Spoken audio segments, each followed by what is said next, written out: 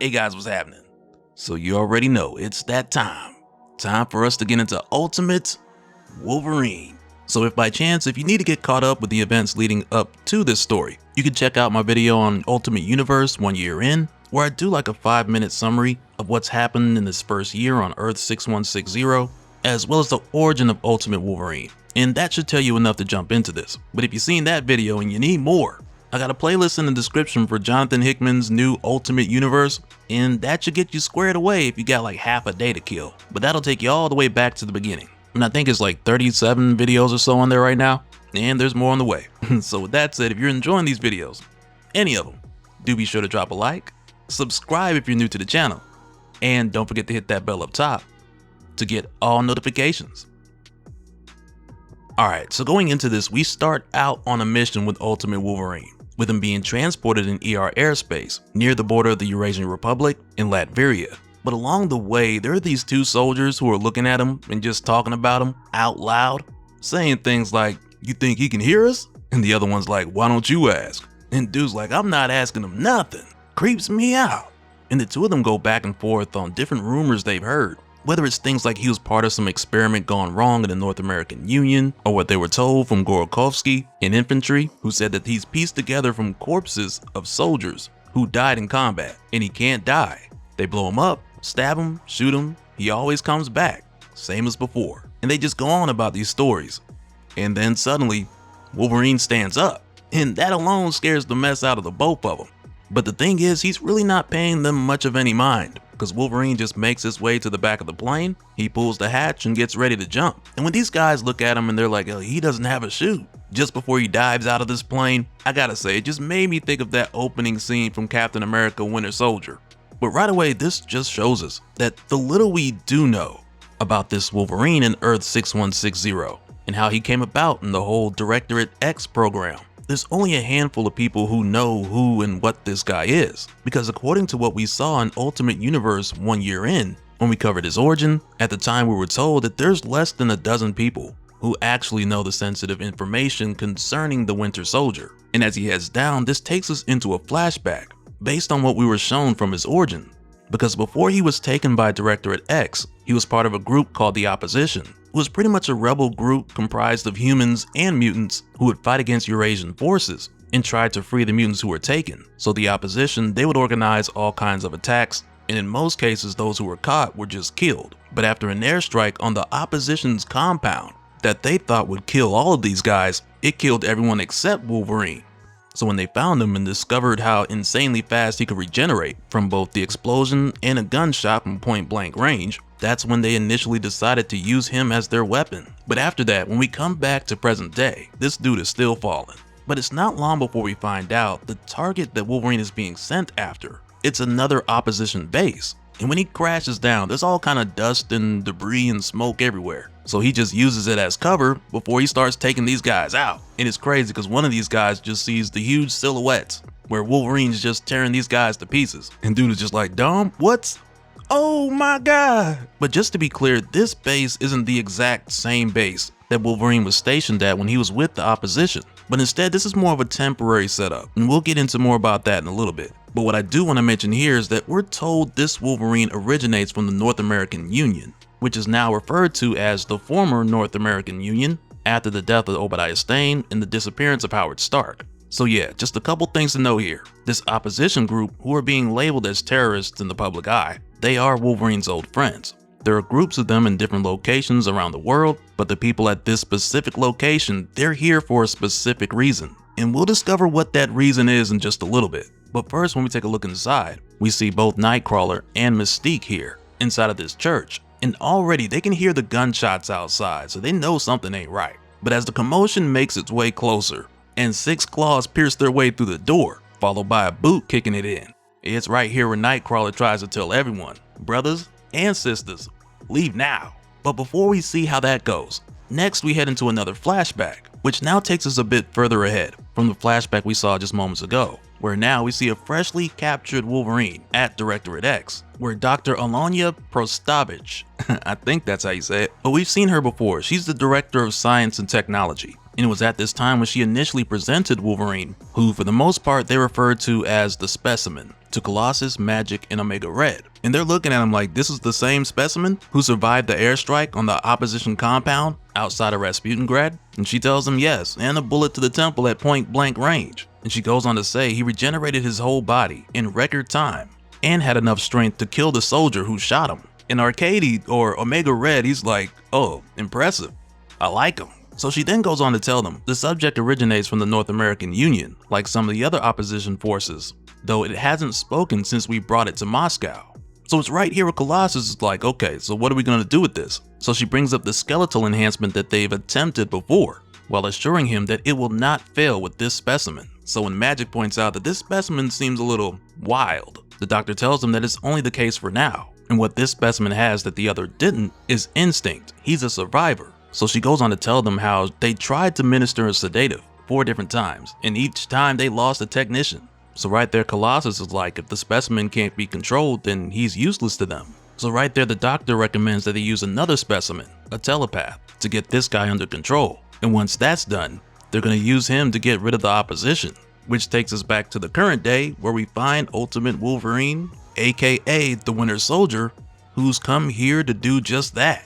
And just before things pop off, Kurt tries to tell Raven, I know that man, but she just tells everybody to fire. And when this happens, Nightcrawler starts reciting Psalms chapter 23, and it almost feels like a slow motion scene out of a movie, because Wolverine's just destroying these guys this whole time. But Kurt goes on to say, the Lord is my shepherd, I shall not want. He maketh me to lie down in green pastures, he leadeth me beside still waters. He restoreth my soul. He leadeth me in the paths of righteousness, for his name's sake. Yea, though I walk through the valley of the shadow of death, I will fear no evil, for thou art with me. Thy rod and thy staff comfort me. Thou preparest the table before me, in the presence of mine enemies.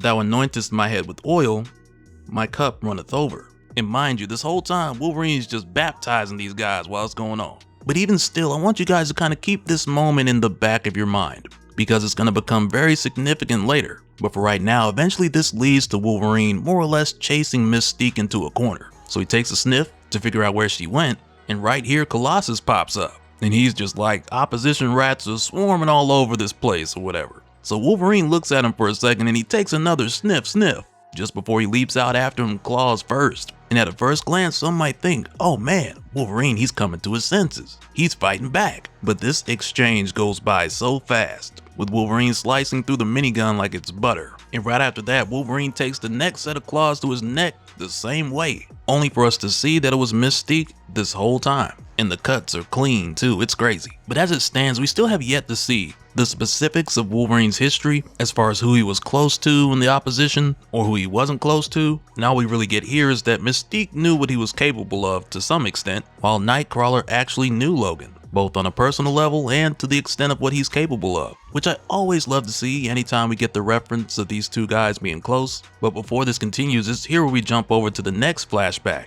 And if you notice, all of these flashbacks, they're really just giving us more detailed information that builds on top of what we saw in Ultimate Universe 1 year in. Because it's here where we see Wolverine once again with the shaved head and the procedure markings all over his body, just moments before he undergoes his skeletal enhancement procedure. And it's here where we're told that his memories have been completely wiped, to the point where he won't even know his name. And all this is done so they can mold his mind to have perfect allegiance with the Eurasian Republic. And Dr. Prestovich goes on to say here, to Colossus and the others, you will not find another specimen like it. Close maybe, but this specimen is truly unique. Its past self is dead. Logan, it once was called, but no more. We have taken to calling it by a nickname. Seemed fitting. Lived, died, born again as we choose. It will be cold-blooded, relentless, merciless. We call it the Winter Soldier. And as we come back to the present day, it's here where Nightcrawler's like, if you are who I think you are, no, I know it's you. I don't know what they've done to you, but this isn't you. And he tries to tell Wolverine like, hey, it's me, Kurt. But Wolverine doesn't say a word. He just tears his way right through to him. So Nightcrawler bamfs out the way, but even still, this forces him to have to protect himself. And he doesn't want to have to fight his friend in the first place. But given the circumstance, he's more or less forced to do so. So he apologizes, he bamfs, kicks him, and then Nightcrawler goes for a gun. And when he does, this man Kurt starts bamfing and blasting, just lighting up Wolverine from all different angles. And this got me thinking like, yo, if they put Nightcrawler in Marvel Rivals and he starts doing this, I wouldn't even be mad. Though I do think it will make more sense for him to have a sword.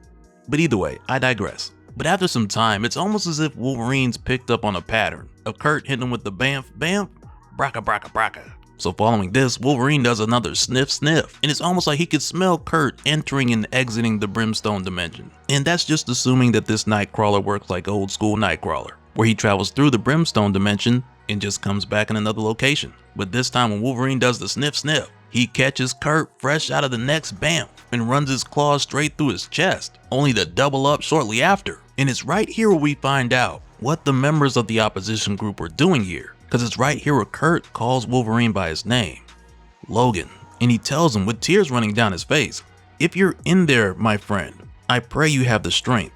I'm sorry we weren't quick enough. We came back for you. We would always come back." And shortly after that, he's gone. And Wolverine just looks at him for a second, retracts his claws, and goes on about his way. But just after this, when he steps outside, and he sees the other bodies of the members who were part of his old group, this causes him to slow down for a second, to where next we hear a voice from his memory saying, "This is your enemy," which now takes us to another flashback, which is the most recent of all the ones we've seen thus far, where now Wolverine's being shown images of both Nightcrawler and Mystique, and he's basically being told these two are your next target. But also this guy goes on to say that these two escaped from the East Berlin camp 2 years ago. They could have been part of the solution, like you, part of history, given themselves, their bodies, their abilities for the Republic. Instead, they are running away. But not you. You are a fighter. You, my friend, you aren't part of history. No, you are history. And it's just kind of like, man, it's one thing when you hear about Wolverine getting his memories wiped or being used as a weapon, because usually that stuff just gets referenced. But to see it actually play out, and I don't mean like an old man Logan where we saw some of that play out, where Mysterio tricked that Wolverine into believing he was fighting Omega Red, Sabretooth, Lady Deathstrike, Shocker, Scorpion, Avalanche, Silver Samurai, you name it, only for that Wolverine to find out that he had pretty much just went ham and slaughtered the X-Men. I mean, we did see a portion of that, and that was wild. But what I'm saying is if Ultimate Wolverine goes on to tell us the story of him hunting down his old friends, who we're getting to learn more about along the way, which to me gives it more emotional attachment, or it increases the emotional investment for what's to come. But I couldn't imagine the wrath that this guy would bring down when the day comes and he gets his memories back, because you already know, heads are gonna roll. And that goes for everybody involved with Directorate X, which like we saw in Ultimate Universe 1 year in, the Maker supposedly doesn't know about any of this. The Maker just told Colossus and the others to control mutants. They never reported back the details. But either way, I feel like I'm starting to rant. But it's here where we see Wolverine back on the plane, where he sniffs the blood on his helmet and he remembers the words of Psalms 23, the same scripture that Kurt was saying when Wolverine was tearing everybody to pieces. And it's like, you know, with him remembering this scripture so well, in addition to these multiple flashbacks that he's having, it kind of makes you wonder what other memories are coming back to this guy right about now.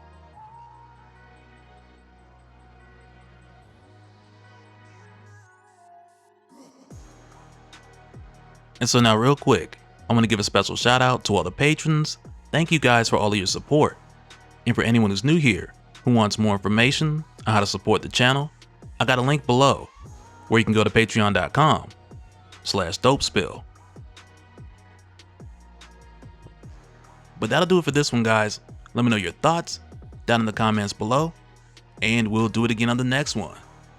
Alright, later.